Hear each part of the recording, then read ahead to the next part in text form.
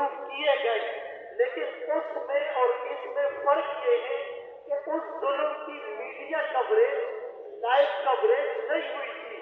پہلی اور دوسری جنگ عظیم میں اڑتے ہوئے چیندڑے اور قتل ہوتے ہوئے بچے اور لٹتی ہوئی عزتیں اور مساجد اور مدارس کا تقدس پامال ہوتے ہوئے دنیا اپنی آنکھوں سے، کیمرے کی آنکھ سے لائیو مناظر نہیں دیکھتی تھی۔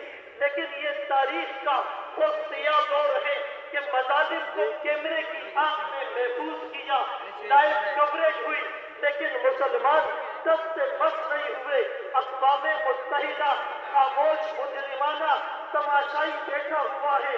کیوں کہ جب اقوام متحدہ 1945 میں بنا، بہت سے اسلامی ممالک اس وقت تک آزاد نہیں ہوئے تھے۔ مسلمانوں کی نمائندگی اقوام متحدہ کے اندر نہیں تھی۔ بہت سے اقوام متحدہ کے رول، ان کے لاء، ان کے قوانین، ان کا چارٹر آف ڈیموکریسی، ان کا چارٹر آف ایجنڈا، اس میں شریعت سے متصادم قوانین ہیں۔ ایک یہ کوشش کی جائے کہ اقوام متحدہ کے قوانین کو بھی ریویو کیا جائے۔ دوسری بات، ویٹو پاور رکھنے والے جو بڑے ممالک ہیں وہ سارے غیر مسلم ہیں۔ 8 ارب انسانوں کی آبادی ہے، 2 ارب مسلمان ہیں۔ 1/4 مسلمانوں کی نمائندگی اور ریپرزنٹیشن ویٹو پاور والے ارکان میں نہیں۔ اس کے لیے کوشش کی جائے اسلامی تعاون تنظیم کو، غیر فعال تنظیم کو فعال کیا جائے۔ اقوام متحدہ کے پلیٹ فارم پر پاکستان، ترکی، مصر اور سعودی عرب خصوصی طور پر اپنا کردار ادا کرے۔ اور میں یہ کہوں گا، الجزائر کے ایک سائیکیٹرسٹ نے کہا تھا کہ ظالم پوری دنیا میں کسی بھی رنگ و نسل کے ساتھ آئے، وہ ایک زبان بولتا ہے، ایک زبان سمجھتا ہے۔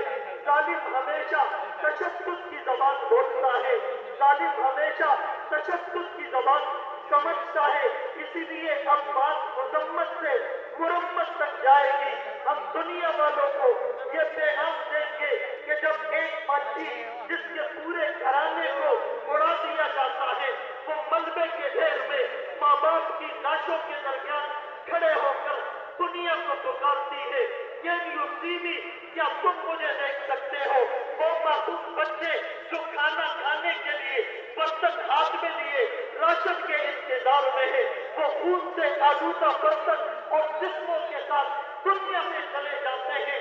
ایک بچی پوری دنیا کے مسلمانوں کو، 57 اسلامی ممالک کے حکمرانوں کو، ان کی افواج کو، 2 ارب مسلمانوں کو جھنجھوڑ کر یہ کہتی ہے، میں محمد الرسول اللہ کے سر پر جا کر تمہاری شکایت لگاؤں گی۔ اس لیے عزم کیجیے، جس کو اللہ نے جہاد کی توفیق دی وہ جہاد کرے گا۔ طارق بن زیاد کی طرح اندلس کے ساحل پر کشتیاں چلا ڈالے، محمد بن قاسم کی طرح حجاز سے سیبل پر پہنچے، اور صحابہ کرام کی طرح اپنے گھوڑے بحر اٹلانٹک اور بحر ظلمات میں ڈال کر بتا دے، دشت و دشت دریا بھی نہ چھوڑے ہم نے، بحر ظلمات میں دوڑا دیے گھوڑے ہم نے۔ تو لوگ یہ کہتے ہیں جلسوں سے، ریلیوں سے، مظاہروں سے، کنونشن سے، بیانات سے، بھوک ہڑتال سے، بائیکاٹ سے کیا ہوتا ہے؟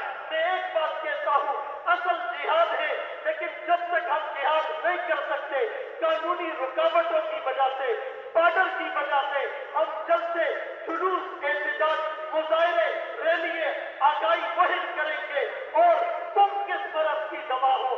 تم جا کر وہاں جہاد کرو جب پرچم لے کر نکلے ہیں۔ یہ خط نشی وقتاً وقتاً اس روز سے لے کر آج تلک جلات پہ ہے، بدکاری ہے، زخموں سے بدن گلزار صحیح، پر ان کے شکستہ تیر بغیر خود ترکش والے کہہ دیں گے یہ بازی کس نے ہاری ہے۔ وآخر دعوانا ان الحمدللہ۔